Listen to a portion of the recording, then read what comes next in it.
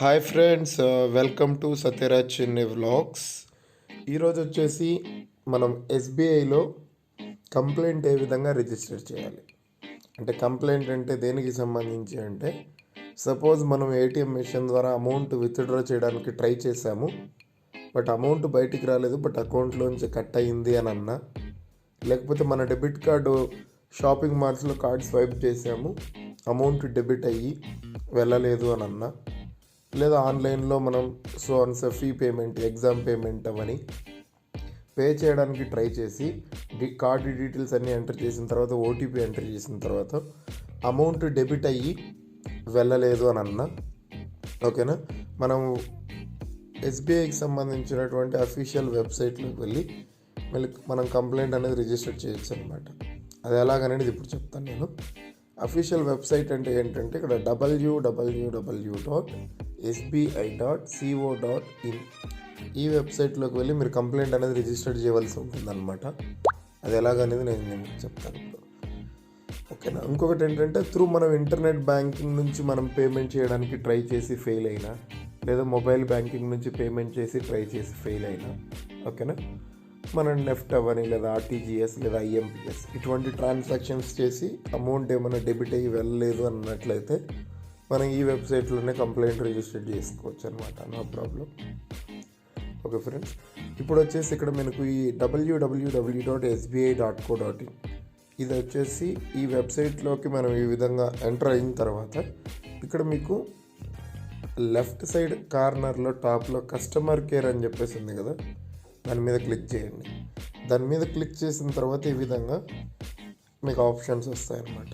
దీంట్లో మనకు first option compliments and complaints అనే ఆప్షన్ ఉంది కదా, దాన్ని క్లిక్ చేయండి, ఓకేనా. దాన్ని క్లిక్ చేసిన తర్వాత మీకు ఈ విధంగా వస్తాయి ఆప్షన్స్, ఓకేనా. ఇక్కడ మీకు సెండ్ కంప్లైంట్ అని చెప్పేసి సెకండ్ ఆప్షన్ ఉంది కదా, దాన్ని క్లిక్ చేయండి. దాన్ని క్లిక్ చేసిన తర్వాత ఇది ఇక్కడ మీకు చూపిస్తుంది కదా, State Bank of India customer complaint form. ఇది మనం కంప్లైంట్ రిజిస్టర్ చేసే ఫామ్ అనమాట, ఓకేనా. ఇక్కడ ఫస్ట్ కస్టమర్ టైప్ అని ఉంది కదా, ఈ కస్టమర్ టైప్లో అంటే మీరు ఎస్బీఐలో ఆల్రెడీ అకౌంట్ కలిగి ఉందా లేదా అనేది ఫస్ట్ పాయింట్. సెకండ్ థింగ్ వచ్చేసి prepaid card holders, non customers అంటే గిఫ్ట్ కార్డు, ఈ విధంగా FTC foreign travel cards, achiever cards, ఇట్లా ప్రీపెయిడ్ కార్డ్స్ ఏమైనా తీసుకొని ఉంటే దాని గురించి ఏమైనా కంప్లైంట్ ఇవ్వాలనుకుంటే దీన్ని సెలెక్ట్ చేయాల్సి ఉంటుంది.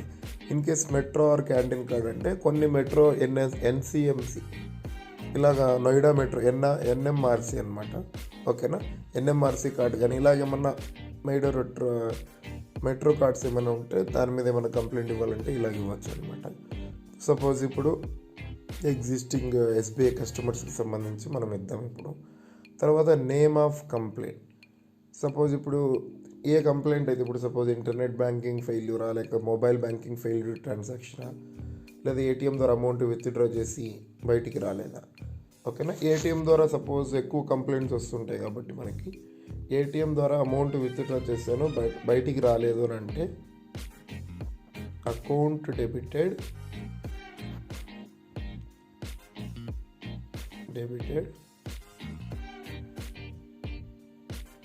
But amount not withdraw,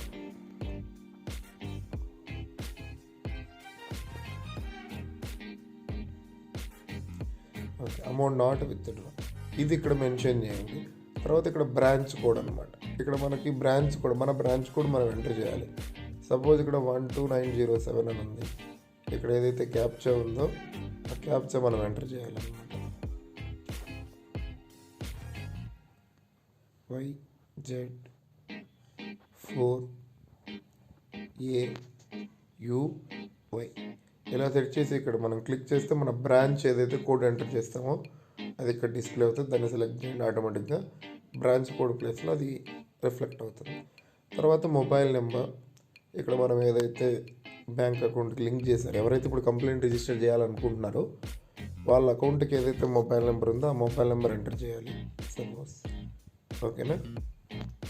mobile number enter చేసిన తర్వాత ఇక్కడ మీ మెయిల్ ఐడి ఇవ్వాల్సి ఉంటుంది. ఇన్ కేస్ మీ అకౌంట్కి సంబంధించి ఎటువంటి మెయిల్ ఐడి లింక్ అవ్వలేదు అని అంటే నో ప్రాబ్లం, మీ ఎవరిదైనా ఇంట్లో వాళ్ళది ఎవరిదైనా కూడా మెయిల్ ఐడి ఇవ్వండి, నో ప్రాబ్లం.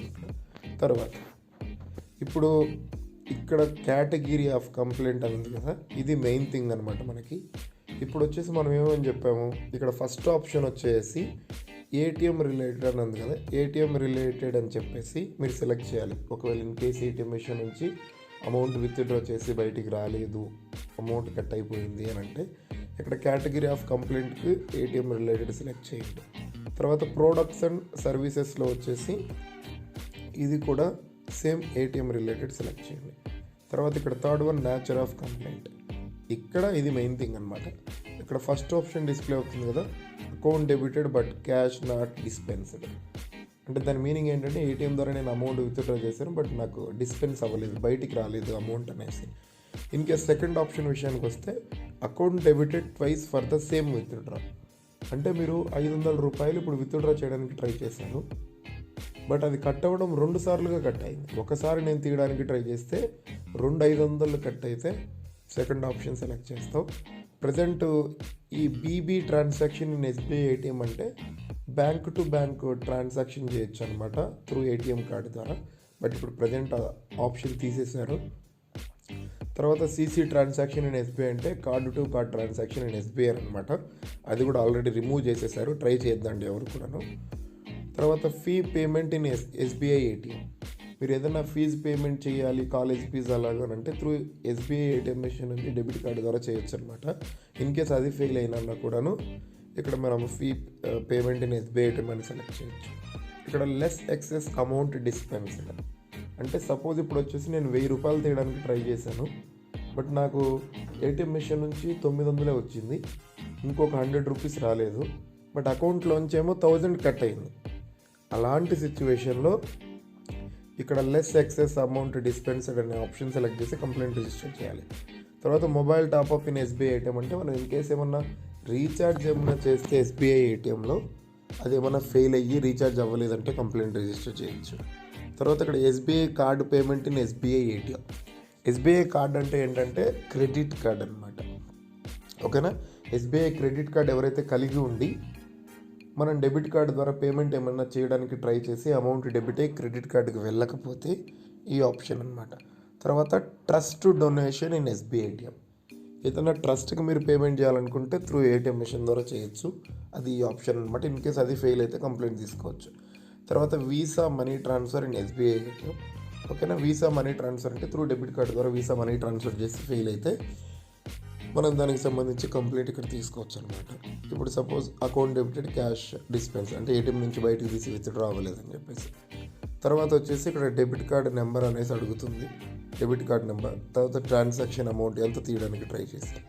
తర్వాత ట్రాన్సాక్షన్ ఐడి, ట్రాన్సాక్షన్ ఐడి ఎక్కడ వస్తుందంటే మీకు అమౌంట్ కట్ అయిన వెంటనే మీ రిజిస్టర్డ్ మొబైల్ నెంబర్కి ఒక మెసేజ్ వస్తుంది, సో అమౌంట్ డెబిట్ అయింది, అకౌంట్ నుంచి TXN యాష్ అని చెప్పేసి ఒక ట్రాన్సాక్షన్ నెంబర్ వస్తుంది, దానే transaction ID or reference ID అనేసి అంటాం అనమాట. తర్వాత డిస్పెన్స్డ్ అమౌంట్, మీకు ఎంత అయితే అమౌంట్ బయటకు వచ్చిందో దాన్ని అనమాట. ఓకేనా, ఇప్పుడు మీకు అమౌంట్ తీయడానికి ట్రై చేశారు, రాలేదు కాబట్టి అక్కడ మీరు 0 ఎంటర్ చేయాలి. డిస్పెన్స్డ్ అమౌంట్, డిస్పెన్స్ అంటే బయటకు వచ్చిన అమౌంట్, మీకు రాలేదు కాబట్టి కంప్లైంట్ ఇస్తున్నారు కాబట్టి 0 మెన్షన్ చేయాలి. తర్వాత ATM ID are terminal ID, ATM ID అంటే మనకు ఏటీఎం మిషన్ మీద కానీ లేదా ఏటీఎం మిషన్ రూమ్లో కానీ లేదా ఏటీఎం స్లిప్ ఏమైనా వస్తే స్లిప్లో కానీ మనకి ఏటీఎం ఐడి అని చెప్పేసి ఉంటుంది, అది మీరు అక్కడ ఎంటర్ చేయండి. తర్వాత ఇక్కడ వచ్చేసి మీరు ఏదన్నా సరే ఈ విధంగా అమౌంట్ విత్డ్రా చేసాము, అమౌంట్ బయటికి రాలేదు, కట్ అయిందని ఇక్కడ మీరు క్లియర్గా మెన్షన్ చేసుకోవచ్చు.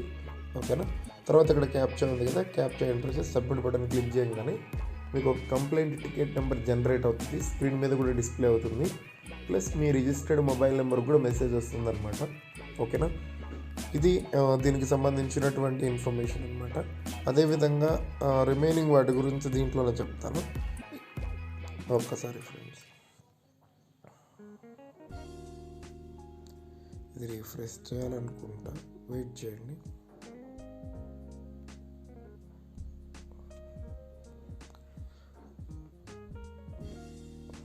ఒక్కసారి ఇప్పుడు వచ్చేసి రిమైనింగ్ ఇంటర్నెట్ బ్యాంకింగ్ కేటగిరీ అయితే ఏది సెలెక్ట్ చేయాలి, లేకపోతే POS మిషన్ కేటగిరీ అయితే ఏది సెలెక్ట్ చేయాలి, లేదా డెబిట్ కార్డ్ని ఆన్లైన్లో ఉపయోగిస్తే ఏది సెలెక్ట్ చేయాలి, లేదా యోనో లైట్ అయితే సెలెక్ట్ చేయాలి అనేది కూడా చెప్తాను దీంట్లోనే కంప్లీట్గా. ఓకే ఫ్రెండ్స్, ఈ రిమైనింగ్ అంతా కూడా తెలుసు కదా, ఆల్రెడీ డీటెయిల్స్ అన్నీ ఇవ్వండి. డీటెయిల్స్ ఇచ్చిన తర్వాత కేటగిరీ ఆఫ్ కంప్లైంట్ విషయానికి వస్తే ఇక్కడ వచ్చేసి మీరు సపోజ్ మీకు పిఓఎస్ మిషన్ ద్వారా అంటే కార్డు స్వైప్ చేస్తే అమౌంట్ మనకు కట్ అయ్యి మర్చెంట్కి వెళ్ళకపోతే అక్కడ ఫస్ట్ కేటగిరీ వచ్చేసి ఏటీఎం రిలేటెడ్ సెలెక్ట్ చేసి ఇక్కడ పిఓఎస్ మిషన్ రిలేటెడ్ సెలెక్ట్ చేసి నేచర్ ఆఫ్ కంప్లైంట్లో account debited but amount not transfer to the merchant establishment.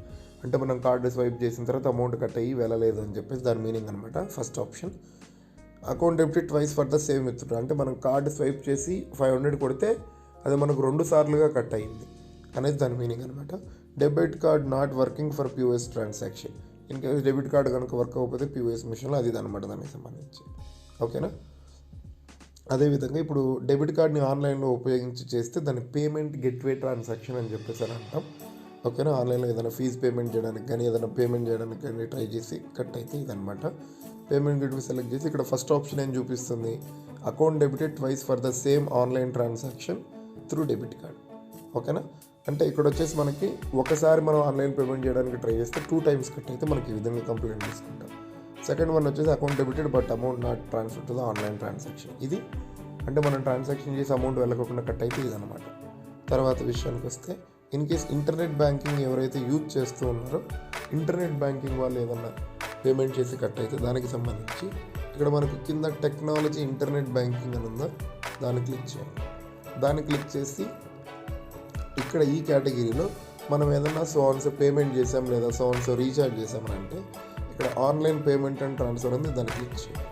దాన్ని క్లిక్ చేసిన తర్వాత ఇక్కడ నేచర్ ఆఫ్ కంప్లైంట్ విషయానికి వస్తే ఇన్ కేసు మనం ఏదైనా ఐఎంపిఎస్ ఫండ్ ట్రాన్స్ఫర్ చేస్తే ఇక్కడ IMPS fund transfer first option నుంచి వస్తే credit card Visa bill payment ఉంది కదా, మనం ఇన్ కేసు ఏమైనా త్రూ ఇంటర్నెట్ బ్యాంకింగ్ నుంచి క్రెడిట్ కార్డ్కి అది ఎస్బీఐ దవని లేదా వేరే అదర్ బ్యాంక్ దవని క్రెడిట్ కార్డ్ బిల్ పేమెంట్ చేస్తే ఇన్ కేసు వెళ్ళకపోతే కంప్లైంట్ తీసుకుంటాం.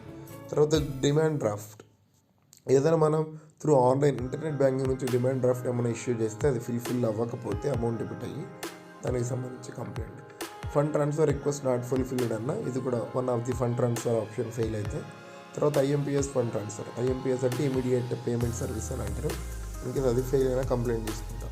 తర్వాత ఐఎన్బి టాప్అప్ రీఛార్జ్, ఇన్కేస్ మనం మొబైల్కి రీఛార్జ్ చేసినా లేకపోతే టీవీకి రీఛార్జ్ చేసినా ఫెయిల్ అయితే ఇది తీసుకుంటాం. తర్వాత ఇండైరెక్ట్ ట్యాక్సెస్, ఏదైనా ట్యాక్స్ పేమెంట్ చేస్తూ మధ్యలో అమౌంట్ డెబిట్ వెళ్ళకపోతే అది inter bank transfer. Inter bank అంటే ఎస్బీఐ టు అదర్ బ్యాంక్కి ఫండ్ ట్రాన్స్ఫర్ చేస్తే అది ఇంటర్ బ్యాంక్ కింద కన్సిడర్ అవుతుంది. ఓకేనా. తర్వాత మర్చెంట్ ట్రాన్సాక్షన్, ఏదైనా ఆన్లైన్లో మనం ఫీ పేమెంట్ అలాగే చేసి ఫెయిల్ అయితే దాన్ని మనం మర్చెంట్ ట్రాన్సాక్షన్ కింద కన్సిడర్ చేస్తాం. తర్వాత schedule transfers with in SBI అంటే ఫ్యూచర్లో కట్ అవ్వాలి సో డేట్ నాడు అని చెప్పేసి ఒక ఇన్స్ట్రక్షన్ ఇస్తాం కదా, పేమెంట్ డేట్ ఈ డేట్ నాడు కట్ అవ్వాలని, ఆ పేమెంట్స్ ఏమైనా కట్ అయ్యి వెళ్ళకపోతే ఇదనమాట.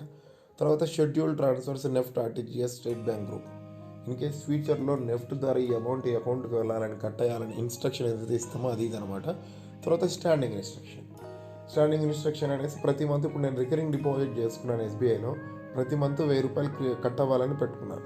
బట్ నేను ఏదైతే 1వ తారీఖు కట్ అవ్వాలని పెట్టుకున్నానో 1వ తారీఖు నాకు కట్ అవ్వలేదు, కట్ అయింది బట్ వెళ్ళలేదు ఆ ఆర్డీ అకౌంట్ అని అనుకుంటే ఇక్కడ standing instruction option. Third party transfers also not fulfil, అంటే థర్డ్ పార్టీ అంటే మీరు ఏ పేమెంట్ అయినా కూడా చేసి వెళ్ళకపోతే థర్డ్ పార్టీ పర్సన్కి అది కూడా ఇక్కడ కంప్లైంట్ తీసుకోవచ్చు. ఇది ఇంటర్నెట్ బ్యాంకింగ్ విషయానికి వస్తే ఇక్కడ వచ్చేసి in case YONO light SBI నుంచి పేమెంట్ చేసి ఫెయిల్ అయితే ఇక్కడ technology YONO light SBI select చేసి ఇక్కడ పేమెంట్ అండ్ ట్రాన్స్ఫర్ సెలెక్ట్ చేసి తర్వాత నేచర్ ఆఫ్ కంప్లైంట్లో ఇక్కడ ఏదైతే ఉందో ఇంటర్ అంటే other SBI to other bank, intra అంటే ఎస్బీఐ టు ఎస్బీఐకి. ఓకేనా. ఇక్కడ సెల్ఫ్ అకౌంట్స్ అన్నా కూడా ఎస్బీఐ టు మనకి ఏదైనా ఇంకో 2 అకౌంట్లు కానీ 3 అకౌంట్లు కానీ ఉంటే ఎస్బీఐలో సెల్ఫ్ అకౌంట్స్ టు ట్రాన్స్ఫర్ అనేది దాని మీనింగ్ అన్నమాట. ఇన్ కేస్ యోనో ఎస్బీఐ నుంచి ఏదైనా పేమెంట్ చేసి కట్ అయ్యి వెళ్ళలేదు అని అంటే ఇది అనమాట. యోనో ఎస్బీఐ ఆప్షన్ సెలెక్ట్ చేసి ఇక్కడ మనం ఏదైనా ఏ పేమెంట్ అయితే మనకు ఫెయిల్ అయిందో దానికి సంబంధించిన కంప్లైంట్ అనేది ఇక్కడ రిజిస్టర్ చేసుకోవచ్చు అనమాట. ఓకేనా. ఇక్కడ మీరు యోనో క్యాష్ విషయానికి వస్తే ఇక్కడ యోనో క్యాష్ ఆప్షన్ ద్వారా మీరు మర్చెంట్ సెలెక్ట్ చేసి వెళ్ళేదంటే దానికి సంబంధించి ఇక్కడ కంప్లైంట్ అనమాట. ఓకేనా. ఇది దీనికి సంబంధించినటువంటి కంప్లీట్ ఇన్ఫర్మేషన్ ఫ్రెండ్స్. ఓకేనా. ఇలాంటి సంబంధించి ఎస్బీఐకి సంబంధించి ఇంకా ఏమైనా కొత్త కొత్త విషయాలు తెలుసుకోవాలి అందరికన్నా ముందుగా అంటే నా ఛానల్ సబ్స్క్రైబ్ చేయండి, అదేవిధంగా లైక్ చేయండి, షేర్ చేయండి. Thank you.